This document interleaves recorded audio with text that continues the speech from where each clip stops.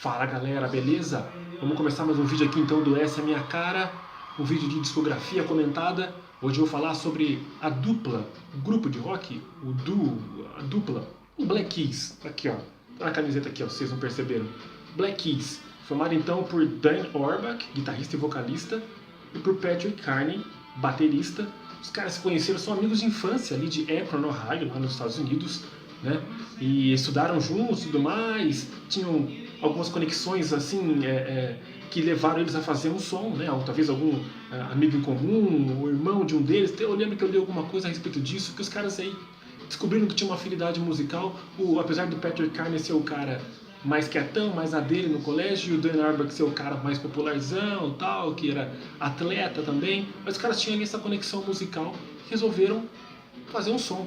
O Patrick Carney tinha até um muquifinho, um lugar ali, um porão, que ele tinha os equipamentos para poder fazer gravação, né? Gravar umas músicas, então os caras mandaram ver. Resolveram montar então o Black Keys, né? The Black Keys em 2001, e logo já, até por essa facilidade, né, de ter um equipamento ali, um lugar para poder gravar, em 2002 eles já lançaram o primeiro disco. O primeiro disco que ele é bem cru, bem assim, básico, de blues praticamente, quase que não dá pra chamar de blues rock, como se convencionou a chamar o Black Keys. O primeiro é de blues mesmo, tá? The Big Come Up. É um disco que quando eu comecei a ouvir o Black Keys, eu estava num processo de abertura, né? Parece que eu tô falando de um país, né? Mas estou falando do meu gosto musical. Eu estava num processo de abertura aí, né? Maior do meu gosto musical, e comecei a ouvir umas coisas, já vinha, né? Ouvindo coisas bem diferentes, comecei a ouvir cada vez mais. E quando eu comecei a ouvir Black Keys, eu comecei pelo disco mais fácil, vamos dizer, eu vou falar mais pra frente. Mas então esse primeiro disco, na época eu ouvi um pouco, não me interessei muito porque eu achava muito difícil, muito blues, não, isso aí não tá muito interessante pra mim, né? Não tá bacana. Eu não posso dizer que me arrependi, porque se eu quisesse comprar logo esse disco eu não ia conseguir, porque é muito difícil de achar. Eu procurei no Mercado Livre, só tem LP. No eBay tem, num preço até razoável, mas vai saber quando vai chegar, se vai chegar. Então eu acabei não conseguindo comprar, porque aí eu vi, quando pesquisando um pouco mais sobre Black Keys, eu ouvi o disco inteiro e achei foda. Aí meu gosto musical já estava, né, variado o suficiente para eu poder ver que é um disco muito bacana, o Big Come Up, tá, de 2002, mas é difícil de comprar. É bacana, mas não rola comprar. Quem sabe aí mais pra frente. O disco, até por não ser de gravadora grande e tal, então a distribuição não foi muito boa. Não sei se tem cópia, nem na gringa, não sei se tem cópia muito disponível para vender. O fato é que então, Big Come Up de 2002, como eu falei, que blues puro, tem umas faixas que se destacam ali, pelo que eu lembro de ter dado uma ouvida e pelo que eu li também, né? Fazendo pesquisando aqui pro vídeo, então tem tipo Busted, por exemplo, I'll Be Your Man e Countdown, são 3 músicas boas desse disco, e uma marca já que faria parte da discografia do Black Keys por algum tempo, que são os covers, né? No primeiro disco aqui já tem esses covers, tem um cover do Junior Kimbrough, né? A música Do The Ramp, inclusive o Junior Kimbrough, importante dizer que o Junior Kimbrough é um dos grandes mestres aí, né? Uma das grandes inspirações do Black Keys, tanto que os caras até fariam, dali a alguns anos, fariam um EP chamado Shula Roma, um EP saiu em 2006 só com músicas do Junior Kimbrough. Você vê como os caras são fã desse bluseiro aí. E tinha também cover de Beatles, X7, sensacional. E mais um outro cover aqui que eu anotei, Run Me Down, do Muddy Waters. Os caras faziam o som deles, mas pagavam muito tributo aí a bandas que influenciaram. No caso não só de blues, né? No caso do Beatles também entrou na jogada aí. Então, passado o Big Come Up, os caras estão fazendo ainda shows ali menores, é lógico, né? Muito no comecinho. E não tinha muito mais o que fazer além dos shows, de nem tão muitos shows, né? Além de nem tão muitos shows, vamos refazer isso aí. Os caras tinham gravado o disco, não faziam tantos shows assim, né? Porque não era uma banda muito grande ainda, e tinham facilidade de gravar quando quisessem. O que aconteceu? 2003, mais um disco, e aí eu já tenho. Aí os caras relançaram, a Deck Disc regravou, relançou esses discos, alguns dos discos, algumas coisas, algumas peças aí, né? Da discografia do Black Keys. E aí, quando eu já tava pirando na banda, eu consegui comprar isso aqui, ó. Thick Freakness. Isso por volta de 2012 que isso aconteceu, tá? Que eu comecei a ouvir com mais calma, pesquisar e curtir cada vez mais o som do Black Keys. Então, o Thick Freakness, tá? De 2003, disco ainda produzido pelo Patrick Carney, ainda feito, gravado no porão. Os caras gravaram rapidinho aqui, pelo que eu anotei até aqui, ó. Foram horas de gravação, acho que 14 horas de gravação, pra vocês terem uma na sessão de gravações. vocês terem uma noção. Demorou 14 horas para os caras gravarem tudo, e acho que mixagem básica, simples, porque o som é bem cruzão, típico com blues de rock, aquela coisa meio garage rock também, né? Nada muito polido, nada muito sofisticado, é um som roots mesmo ali, total. Então Thick Freakness saiu em 2003, tá? E tem muita coisa boa aqui. Tá? O crédito da produção ficou a princípio pro Patrick Carney mesmo, por ser o cara que sabe mexer nos equipamentos e tudo mais, né? Então nesse disco aqui você tem, ó, muita coisa boa. De novo, hein, é bom destacar, como eu comecei a ouvir Black Keys com um disco mais fácil, isso aqui eu fui descobrindo depois, assimilei, entendi que eram bons discos esses primeiros aqui, incluindo, é claro, o Thick Freakness, e aquele blues pesado inexistindo era muito forte aqui nesse disco, mesclado com rock, mas o blues ali pesadão, chegando firme mesmo nesse disco aqui. Então a faixa título do Thick Freakness, Hard Roll, Set You Free, Have Love You Trevor, Her Like Mine, cara, um monte de música boa aqui que eu tô destacando. Esse disco aqui, tá? O Thick Freakness 2003 é o disco que eu indiquei há uns meses atrás, aí, acho que ano passado ainda, né? Do Black Keys, uma das dicas que eu dei aí, né? Essa é a minha dica. Então, Thick Freakness 2003, descasso, o segundo disco dos caras. E aqui rolou show? Nem tanto. Facilidade para gravar? Continuava. Então os caras foram e gravaram mais uma vez um disco aí caseiro chamado Rubber Factory. Na verdade, eles tinham uma facilidade para gravar, assim, talvez tempo, né, porque não fosse tantos shows, porque na verdade, aquilo que eu estava vendo aqui, eles tiveram que montar um estúdio numa fábrica abandonada de pneus, cara, lá em Akron. Akron é uma cidade que é típica, né, conhecida por pela fábrica de pneus e tudo mais, pela borracha, né. E, então não era mais um porão do Patrick Carney, mas era um lugar fácil. Os caras pagaram $500 ali para alugar, coisa simples, e mandaram ver mesmo para poder gravar o Rubber Factory de 2004. Você vê, os caras muito prolíficos, tá? Não tinha aquela, era tudo muito independente, tudo muito simples. Os caras não tinham aquela coisa de respeitar o ciclo de muitos shows, mundo afora, nada. Tá? Era tudo muito simples, mas os caras já iam conquistando fãs, já ia chamando a atenção aos poucos da mídia, tá? Apesar de ainda ser bem indie, bem underground, já ia conquistando a atenção da galera. E esse disco aqui, na minha opinião, talvez seja até um pouco melhor que o Thick Freakness. Eu lembro que eu gostei bastante desse disco aqui, quando eu vi, comprei junto com o Thick Freakness. Conheci as músicas quando eu via no YouTube a performance dos caras ao vivo, né? Então eu ia vendo e falei, opa, de onde que é essa música? Do Thick Freakness, do Rubber Factory. Então tem umas músicas aqui que eu gosto bastante, que eu via em performances ao vivo, eu gostava bastante. E aí, pô, quando eu peguei pra ouvir inteiro, eu falei, isso aí mesmo. Muito bom, excelente disco, o Rubber Factory, que tem aqui, ó, que me chamou bastante atenção. Quer ver, ó? Stack Shot Billy, lembra que é uma sonzeira bacana. De novo, vem nessa pegada do blues rock, tá? Bem aquele híbrido ali mesmo, pesado. Que mais? When the Light Goes Out, que abre o disco, é muito boa também. Girl Is On My Mind, que é muito boa, acho que é a melhor do disco, na minha opinião. Que mais? All Hands Against His Own, também boa música. Com outra que me chama a atenção aqui, tá? A segunda, 10 AM Automatic, tá? Excelente disco, o Rubber Factory. Talvez, não sei se ele é mais pesado, acho que nem diria nem que é mais pesado, mas acho que eu me dei melhor com algumas das faixas desse disco aqui, principalmente essa que eu falei agora aqui, Girl Is On My Mind. Então, descasso o Rubber Factory de 2004, tá? Os caras ainda fazendo um sonzão cru mesmo e chamando pouco a pouco a atenção de público e de mídia, certo? E aí o que rolou? Os caras assim, lançaram 3 discos em sequências, né? 2002, 2003, 2004. Aí eles começaram a acrescentar um pouco mais no som deles. Começou a ter uma coisa, a gente pode dizer que a partir daqui eles começaram a dar aquela evoluída. Quando eu falo evolução, não assim, estava ruim e ficou bom, não.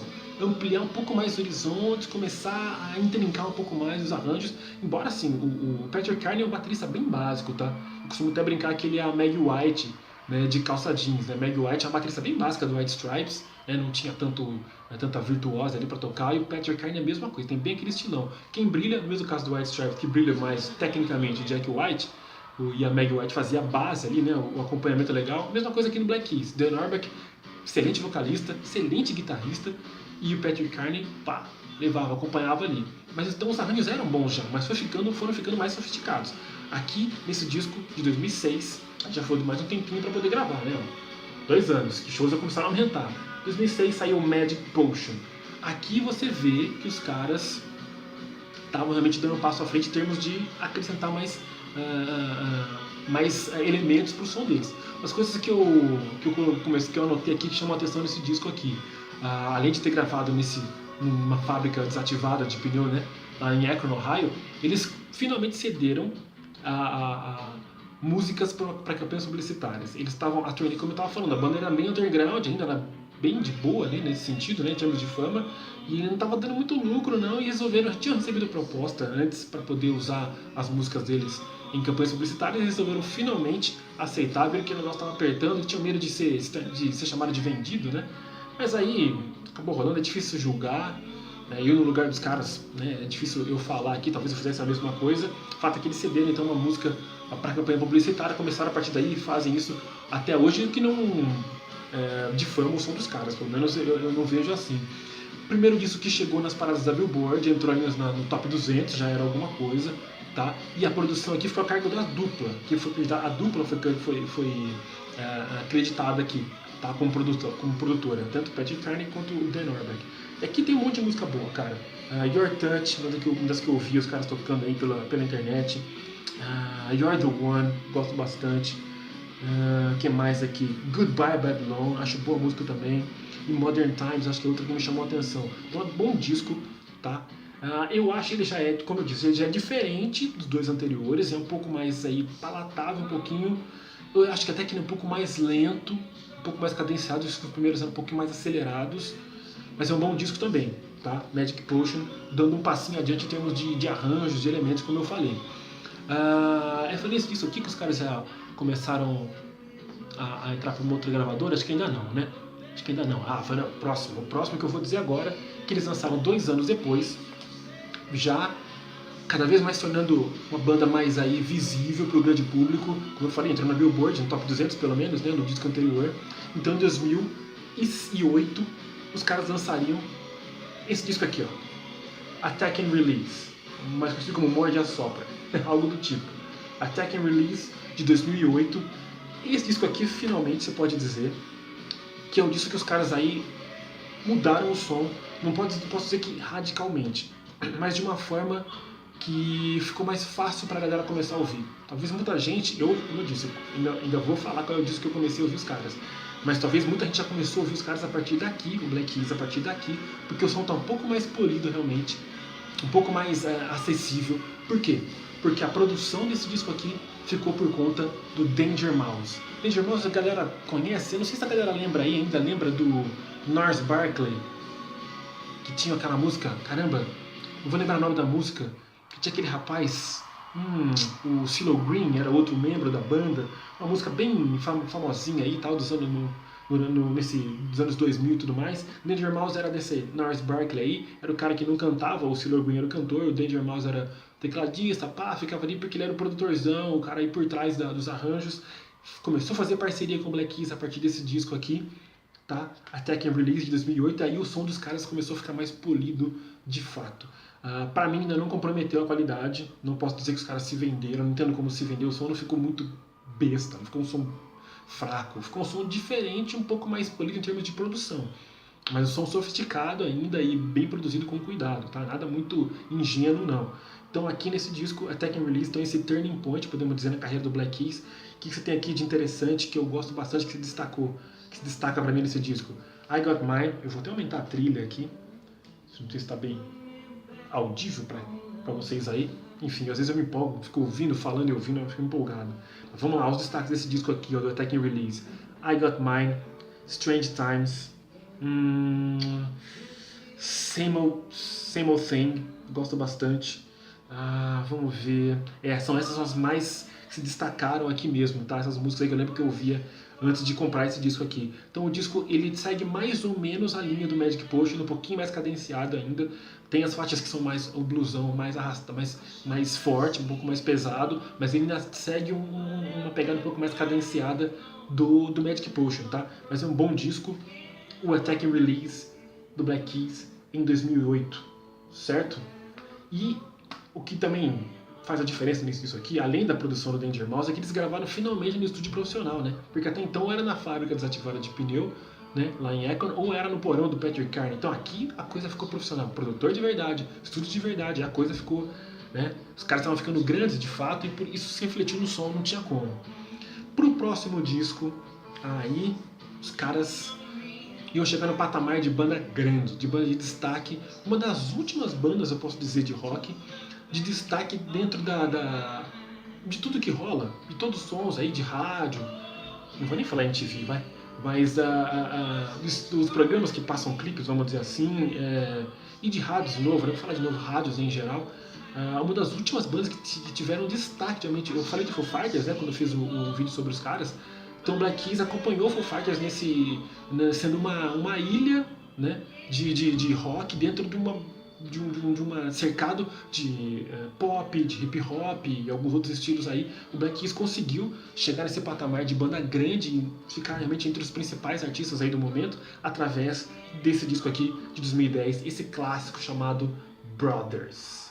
Sensacional. Eu lembro que eu fiquei louco que quando eu comecei a ouvir esse disco eu tinha só o outro que tá quase chegando, disso que eu ouvi primeiro, hein? Que eu tinha só aquele um só do Black Keys, que eu vou comentar já já, e queria comprar esse aqui, tinha um que falei, caramba, como é que eu vou achar esse disco? Puta merda, eu ouvi os outros, eu ouvi principalmente o Attack and Release e o Magic Potion, eu achava legal, mas esse aqui é foda demais, é muito bom. Eu falei, caramba, quando eu vou ter a chance de comprar essa porra? E também quando eu tive, eu comprei os 3 de uma vez, né? Só os dois primeiros que eu tenho, né? Beckham eu nunca achei. Os 2 primeiros que eu tenho, eu consegui comprar no relançamento da Deck. Mas esses 3 aí que eu falei, o Magic Potion, Attack Release e esse aqui, tive que comprar no rolê. E quando eu botei a mão, eu falei, que foda, cara, finalmente. Tá aqui, ó, Brothers de 2010, obra-prima, hit atrás de hit, impressionante, terceiro lugar na Billboard, que isso não quer dizer, se entrou na Billboard é porque é foda, não, mas não deixa de ser um reconhecimento, uma prova que os caras realmente atingiram qualidade musical e chegada ali no mainstream, isso aí é inevitável, né? E a partir da turnê desse disco, para vocês verem como a coisa deu uma modificada ainda maior, né, na fama, no som dos caras, a partir da turnê desse disco que eles começaram a usar músicos contratados. Porque até então, eu falei desde o começo, óbvio, dupla, Dan Auerbach e Patrick Carney. Então era só os dois fazendo um som na raça mesmo. Por isso que eu falei até da genialidade do Dan. O cara que mandava ver nos arranjos, conectado, segurava a onda ali e o Patrick na base ali fazendo a bateria. A partir dessa turnê desse disco, mais sofisticação. Então tiveram que contratar músicos adicionais aí, um baixista, um guitarrista e um tecladista, ou eram só mais 2? Só mais 2. O tecladista também tocava guitarra eventualmente, fazia backing vocal, e o baixista também, né, backing vocal. Então nesse disco aqui, que as músicas ficaram um pouco ainda mais rebuscadas, então tinha que ter músicos a mais ao vivo. Então aqui, ó, cara, fora de falar algum destaque, Everlasting Light, a primeira música, Dan Auerbach cantando um falsete, animal, música suave, bem bacana para abrir o disco, excelente. Aí você tem Tying Up, música que ganhou até Grammy. Antes já tinha Next Girl, sensacional. Howling For You, que abriu vários shows dos caras. She's Long Gone, que mais aqui, ó, Ten Cent Pistol. Sinister Kiss já não é tão famosa assim, eu lembro que é mais eu de gostar mesmo aqui, que ficou famosa pra mim, né, no meu gosto, né? Mas eu falei já vários hits aí que foram desse disco aqui, mas eu acho que Tying Up, porque tem um clipe sensacional dos menininhos ali no parque e tal, paquerando as menininhas ali, queria aquela coisa inocente, um clipe bem bacana de Tying Up, tem aquele assoviozinho e tal, muito clássica. Qual outra que eu gosto aqui, ó? O cover, né? Cover de uma música dos anos, acho que é 70, ainda não lembro agora o nome do artista. O artista, não sei se nem isso não é One Hit Wonder, tanto que eu realmente não lembro o nome do artista que gravou pela primeira vez, Never Gonna Give You Up, cara.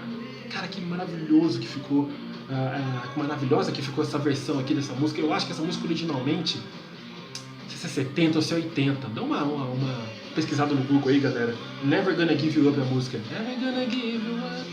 No matter how you treat me. Porra, cara, a galera das antigas sabe qual que é essa música aí, né? Provavelmente.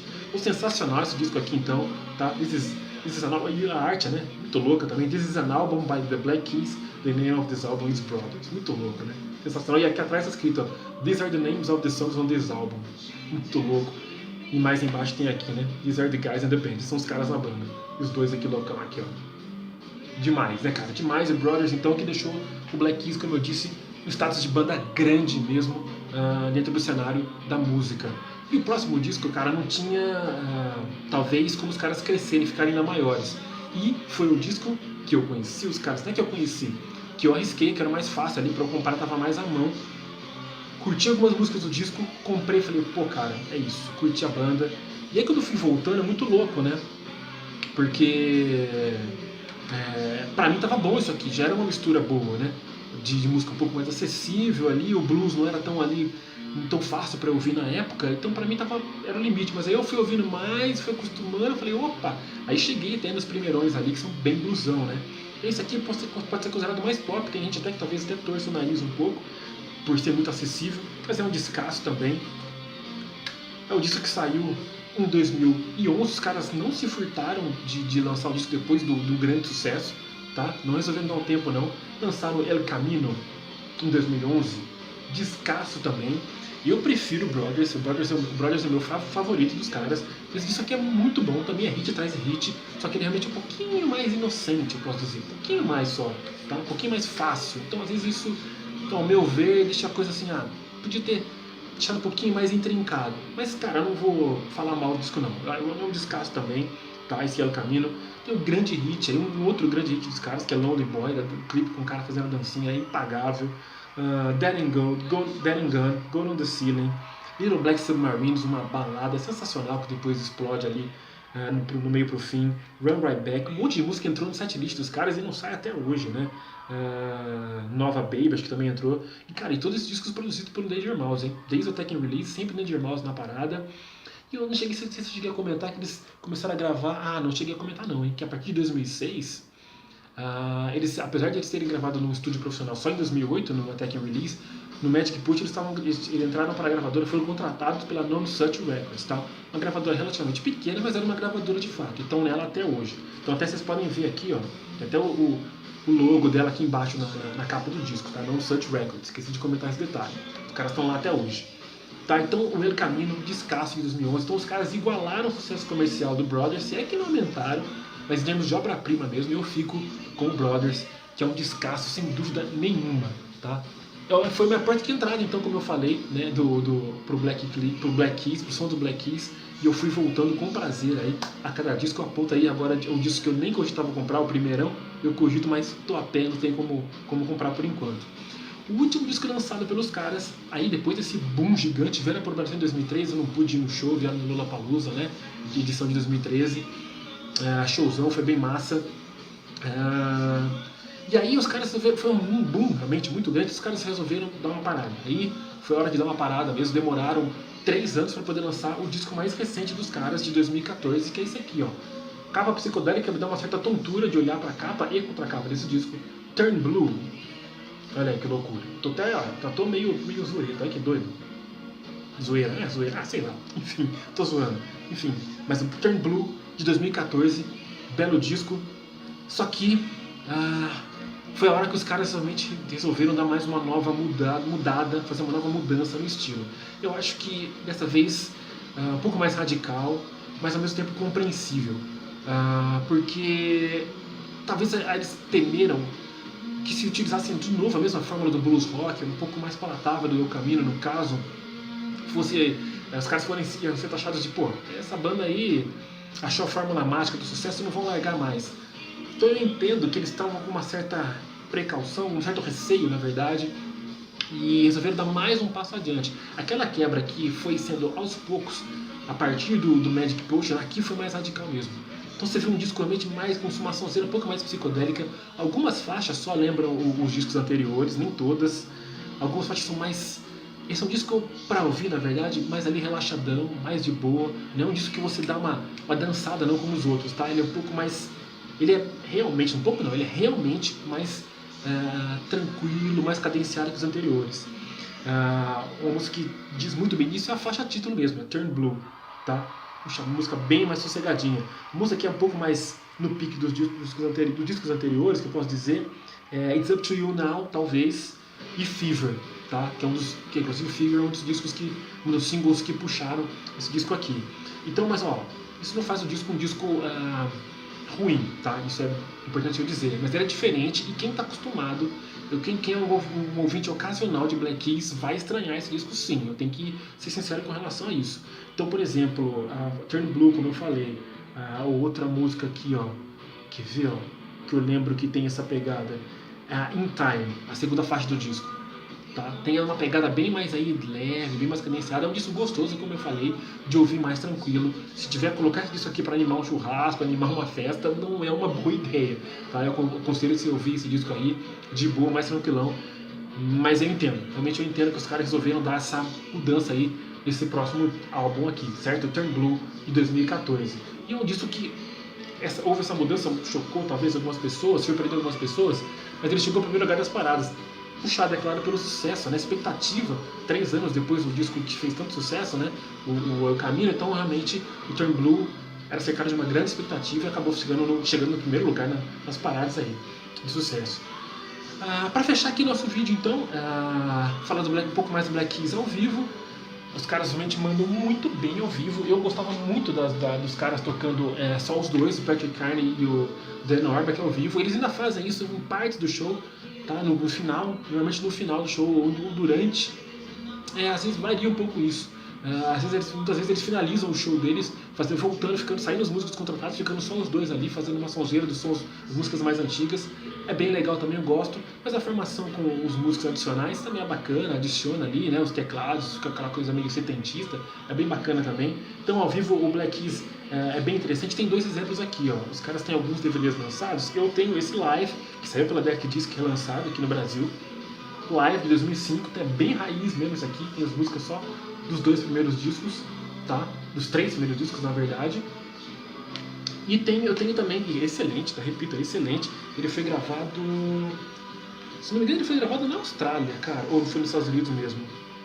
Não, ele foi gravado nos Estados Unidos mesmo. Deixa eu ver aqui, eu não lembro agora exatamente. Tá aqui, ó. Live at the Não, Austrália, tava certo, ó. Live at the Metro Theatre Sydney, Austrália, em 2005, em março de 2005.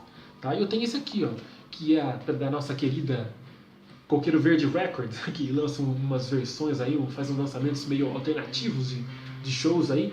Então esse aqui, ó, ao vivo de Nova York, é a trilha inclusive do vídeo aqui. É um festival que teve beneficente, inclusive em Nova York, em 2012. Então eu quis comprar porque reúne as músicas mais recentes, que eu gosto bastante, né? Então fiz questão de comprar esse ao vivo aqui de 2012, ao vivo de Nova York. Tá? Passa principalmente pelos 2 últimos discos dos caras aí, na verdade antes do Turn Blue, né? Passa muito pelo Brothers e pelo El Camino, tá? E revisita algumas músicas do passado também, certo? Então isso aqui é fácil de achar, viu? Joga no Mercado Livre lá que é tranquilão de achar. Black Keys Live in New York 2012, beleza? Então é isso, Black Keys que por enquanto tá parado. O Dan Auerbach criou um grupo novo, chama The Arcs, um grupo de garage rock. Ele lançou um disco em 2015, se não me engano, com esses caras. Acho que não lançou mais nada ainda. E eu não sei de notícias do Black Keys retornar para gravar uma coisa nova ou mesmo fazer show, tá? Por enquanto é uma incógnita, não vi mais notícias sobre isso, tá? Se quiser procurar alguma coisa, tem que procurar as coisas que saíram até 2014 e outro trampo novo aí do Dan Auerbach, o The Arcs, que eu ouvi pouco, mas deve ser coisa boa, né? O Dan Auerbach é fera demais, deve sair coisa foda aí da mão do cara, beleza? Então Black Keys. Espero que vocês tenham gostado desse vídeo aqui, discografia comentada dos caras. Tomara que vocês tenham curtido e que vão atrás aí se não conhecem muito o som dos caras, beleza? É nóis, galera, até a próxima.